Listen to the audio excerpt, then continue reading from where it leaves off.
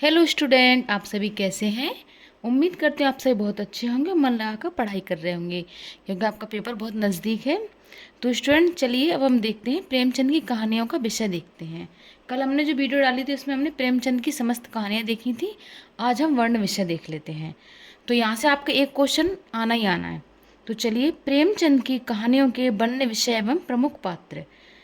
तो हम देखते हैं ममता। यह कहानी मूल रूप से उर्दू में रचित है। ममता कहानी कैसी, अगर यहाँ से क्वेश्चन ये आए कि ममता कहानी मूल रूप से किस भाषा में रचित थी, तो आप आंसर क्या दोगे, उर्दू में रचित थी। लेकिन बाद में ये 1912 में इसका हिंदी रूपांतरण हो गया था। ममता कहानी का हिंदी रूपांतरण कब हुआ था? 1912 में हुआ था। अगर इसका हम विषय देखें तो माता के स्वार्थी पुत्र के प्रति अत्यधिक ममता का चित्रण किया गया है। यानी एक माता है जिसका पुत्र क्या है, बहुत स्वार्थी है, लेकिन फिर भी वो माँ अपने बेटे के लिए अत्यधिक ममता लिए है अपने हृदय में। इसके पात्र देख लेते हैं, राम रक्षा दास और सेठ गिरधारी। नेक्स्ट कहानी है सौत, 1915 में। ये कहानी कैसी? यह कहानी एक पारिवारिक कहानी है। इसके प्रमुख पात्र देखिए, दासी, रामू, जोखू, रजिया आदि। नेक्स्ट है परीक्षा। परीक्षा है 1914 में। इसका वर्ण विषय सेवा के आदर्श एवं परोपकार का चित्रण है। पात्र इसके सरदार सुजान सिंह, जानकीनाथ और महाराज। नेक्स्ट कहानी है पंच परमेश्वर, 1916 में। इम्पोर्टेंट कहानियाँ हैं सारी। इस कहानी में न्याय के आदर्श का चित्रण है। प्रमुख पात्र अलगू चौधरी, जुम्मन शेख, रामधन मिश्र है। नेक्स्ट कहानी है नमक का दरोगा, 1913 में। यह कहानी कैसी है? यह एक आदर्शवादी कहानी। यहाँ से आपसे ये भी पूछा जा सकता है कि पंच परमेश्वर कहानी किस प्रकार की है, ममता कहानी किस तरीके की है। तो उसी प्रकार नमक का दरोगा जो कहानी है, प्रकाशन वर्ष इसका 1913 है। यह कहानी एक आदर्शवादी कहानी है। इसमें सत्य की विजय का वर्णन है। किसकी विजय का? सत्य की विजय का वर्णन है। प्रमुख पात्र देखिए, वंशीधर, बदलू सिंह, आलोपी दिन, ये इनके तीनों ही इंपॉर्टेंट पात्र हैं। अगर क्वेश्चन आएगा तो इन तीनों में से ही आएगा। नेक्स्ट कहानी है बड़े घर की बेटी, 1910 इसका प्रकाशन वर्ष है। यह आदर्शवादी एवं पारिवारिक कहानी है। कैसी है ये? यहाँ से देखो ऑप्शन किस तरीके से बनते हैं, यानी स्टूडेंट को कंफ्यूज करते हैं। जैसे कि बड़े घर की बेटी किस प्रकार की कहानी है, ऑप्शन में दे दिया जाए आदर्शवादी है, दूसरे ऑप्शन में दे दिया पारिवारिक है। तो ये कहानी कैसी है? कहानी दोनों तरीके की है। तो आपको ऐसा ऑप्शन चुनना होगा इसमें दोनों ही ऑप्शन आए। इसके प्रमुख पात्र देखिए, बेनी माधव सिंह, ठाकुर भूप सिंह, लाल बिहारी और आनंदी। आनंदी इसकी नायिका है।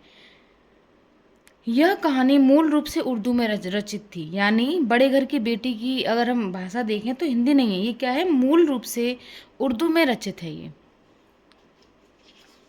आगे चलते हैं। नेक्स्ट कहानी है बूढ़ी काकी। बूढ़ी काकी का प्रकाशन वर्ष 1921 है। यह एक यथार्थवादी कहानी है। किस प्रकार की? यथार्थवादी कहानी है। यह वृत्त समस्या पर आधारित कहानी है। यानी इस कहानी का अगर हम शॉर्ट में समझें तो बुद्धिराम की जो बूढ़ी काकी होती हैं, बहुत मतलब बुजुर्ग हो जाती हैं। बुद्धिराम पहले बहुत अच्छे से बातचीत करता है इनसे, तो बूढ़ी काकी इनको मकान दे देती बुद्धिराम को। लेकिन बुद्धिराम उसके बाद में बूढ़ी काकी को एक एक टुकड़े के लिए तरसा देता है। यानी खाना तो मिलता है, वही बासा कुसा खाना मिलता है इनको। बूढ़ी काकी जो लाडली होती है, रूपा और बुद्धिराम की बेटी है। लाडली को प्यार था बूढ़ी काकी से, लेकिन बहुत अच्छी कहानी, आदर्शवादी यथार्थवादी कहानी है ये। चलिए, ईदगाह, 1933 प्रकाशन वर्ष है। यह बाल मनोविज्ञान पर आधारित पारिवारिक कहानी। किस प्रकार की? यह पारिवारिक कहानी तो है, लेकिन कैसी है? बाल मनोविज्ञान पर आधारित कहानी है ये। प्रमुख पात्र हामिद। हामिद इस कहानी का अगर देखा जाए तो एक बाल चरित्र है। मतलब हामिद, प्रेमचंद जी ने हामिद का इस तरीके से वर्णन किया है इसमें कि हामिद छोटा बच्चा होता है, लेकिन फिर भी वो बड़े की तरह वर्क करता है इसमें। हामिद की दादी अमीना, मोहसिन, नूरे, सम्मी, ये सब क्या है, हामिद के दोस्त हैं। आबिद हामिद के पिता हैं। नशा कहानी। नशा का प्रकाशन वर्ष 1934 में है। जमींदारी प्रथा एवं मानव के दोहरे चरित्र को चित्रित किया है इसमें।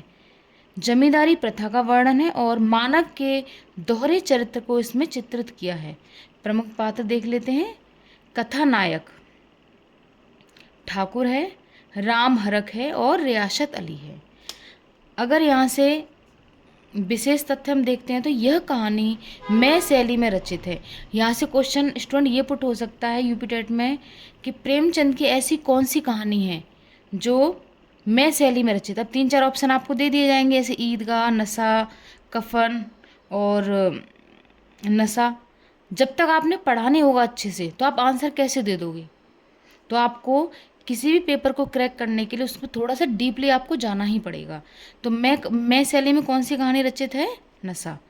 नेक्स्ट है शतरंज के खिलाड़ी, प्रकाशन वर्ष 1924 है। भोग लिप्सा एवं सामाजिक राजनीतिक चेतना शून्यता का इसमें चित्रण है। प्रमुख पात्र देख लेते हैं। मिर्जा सज्जाद अली, मीर रोशन अली, ये इंपॉर्टेंट पात्र हैं दोनों ही, यहीं से क्वेश्चन आपका पुट हो सकता है। कफन, कफन का प्रकाशन वर्ष 1936 है। यही इनकी अंतिम कहानी मानी जाती है प्रेमचंद जी की। यथार्थवादी कहानी है। कफन कैसी कहानी है, यथार्थवादी कहानी है। इस कहानी में मानवीयता की भावना का चित्रण किया गया है, अमानवीयता की। यानी घीसू और माधव ऐसे दो मनुष्य हैं कि जिसमें आलस कूट कूट के भरा हुआ है। यानी उनको खाने की चिंता नहीं है, घर में क्या कंडीशन है, अच्छा है बुरा, किसी की कोई मतलब नहीं है। इनको अपने सोने से, अपने आराम से मतलब है। बुधिया बेचारी प्रसव पीड़ा के कारण दम तोड़ देती है, लेकिन ये दोनों आलू खाने के चक्कर में बाहर रहते हैं और लास्ट में कफन लाने के लिए गांव वाले पैसे इकट्ठा करते हैं, उनकी भी ये पूरी सब्जी खा जाते हैं। तो आप देखिए एक हद है इसमें, अमानवीयता की हद पार की इन लोगों ने, घीसू और माधव ने।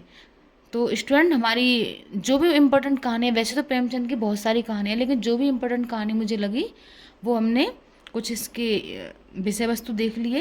यहाँ से आपका क्वेश्चन एक पुट हो सकता है, तो आप मन लगाकर पढ़ते रहिए, अच्छे से अपना पेपर क्रैक करिए। तो स्टूडेंट अब मिलते हैं हम नेक्स्ट वीडियो में, तब तक के लिए आप सभी का धन्यवाद। अगर आपको हमारी वीडियो अच्छी लगती है, अगर आप पढ़ना चाहते हो कंटिन्यू इस तरीके से विशेष तथ्य, तो हमारे चैनल को आप सब्सक्राइब कीजिए। आप सभी का धन्यवाद, मिलते हैं अगली वीडियो में।